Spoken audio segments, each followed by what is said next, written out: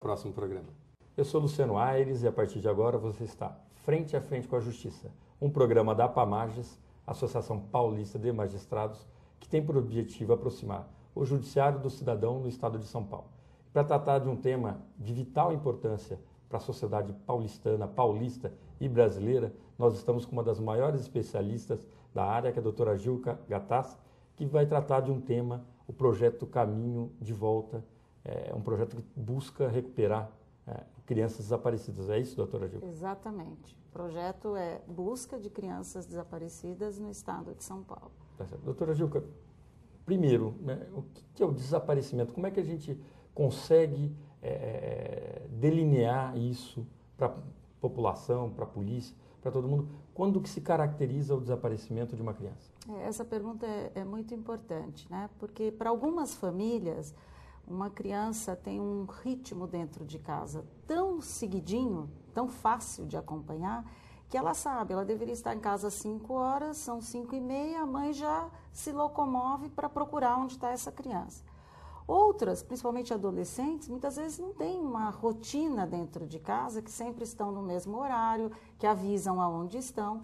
Então, às vezes, para os pais, isso é difícil. A gente caracteriza o desaparecimento quando você espera encontrar aquela pessoa e não encontra. Então, a primeira atitude é buscar o mais próximo possível, é ligar para os amigos, buscar saber se está na escola ou não está na escola. E, às vezes, a família demora um tempo relativamente longo para fazer isso, né? Às vezes até por falta de informação, porque a mídia às vezes declara que para fazer um boletim de ocorrência, que a primeira atitude que a família tem que fazer é avisar a polícia do desaparecimento, ela deve esperar 24, 48 horas. Isso não existe. O boletim de ocorrência tem que ser imediato. A partir do momento que a família caracterizou esse desaparecimento, a primeira atitude é fazer o boletim de ocorrência. Que imagino que seja até mais fácil para a investigação. A polícia, olha, ele saiu da escola agora às 5 horas da tarde. Era para estar às 7, eles vão procurar o trajeto imediatamente. Exatamente. É mais fácil. E esse tempo é vital, né? Então, não só as famílias precisam ter essa consciência, quanto o próprio jovem ou adolescente, né? Às vezes, omitir dos pais aonde está pode ser vital. Às vezes falar assim, olha, eu vou passar esse fim de semana na casa de fulano de tal. E ele opta por um programa diferente, não avisa os pais. Se alguma coisa acontece naquele programa, o pai não vai declarar, não vai buscar ajuda. Por quê? Porque para ele, essa criança ou esse adolescente está numa determinada casa, com o cuidado de uma determinada família. E às vezes isso custa a vida desse jovem, desse adolescente, né? Então é muito importante essa conscientização dos dois lados, dos pais reconhecerem que é um desaparecimento e tomarem uma atitude rápida, informando.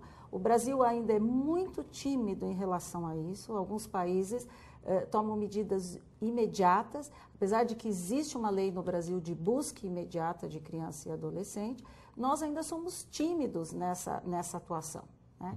Em alguns países, por exemplo, se você está dentro de um grande supermercado e você não acha seu filho, quantos de nós pais já não passamos por essa situação, né? De 5 minutos se você não acha seu filho.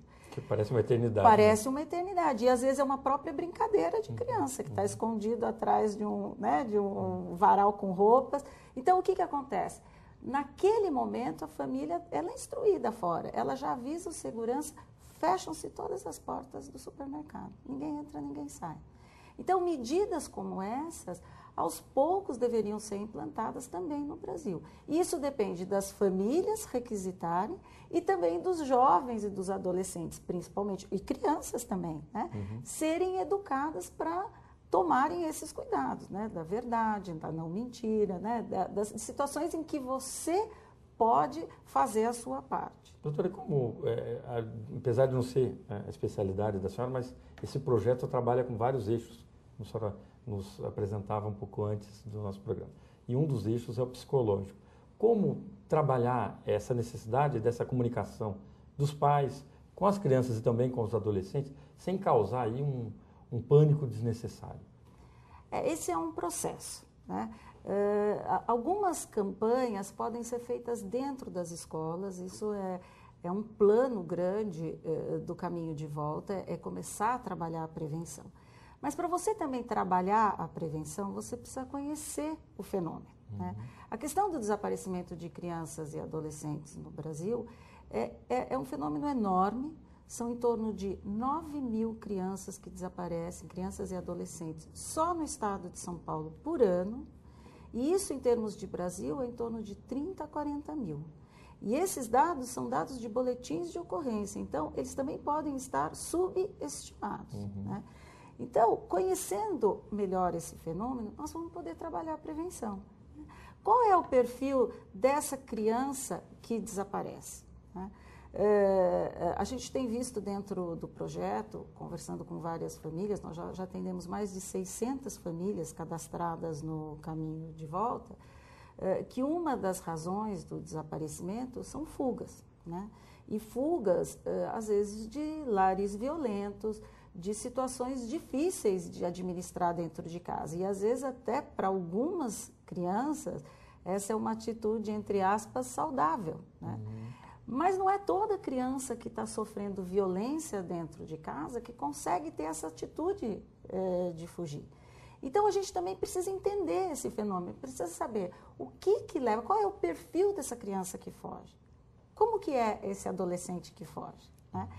E nem sempre é fuga, às vezes é aventura, né? Às vezes é curiosidade. Tem um caso rumoroso, né, que quase chegaram na Argentina, das dos meninas. Adolescentes. Exatamente. Né? E se não tivesse tido uma situação rápida de divulgação, porque saiu na televisão, a mídia ficou sabendo, circularam e-mails, essas meninas teriam saído do Brasil, porque elas estavam destinadas, estavam se programando para fazer isso.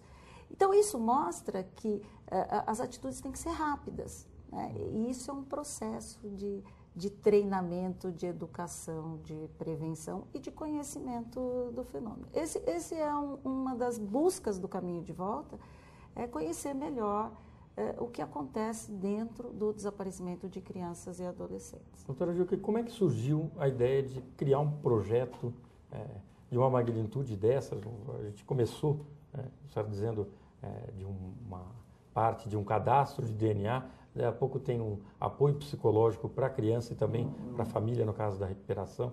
No caso também desse período de ansiedade até que a criança volte por lá. Como é que surgiu essa ideia? A senhora sendo uma pioneira, não consigo imaginar um projeto dessa envergadura em nenhum outro país do mundo.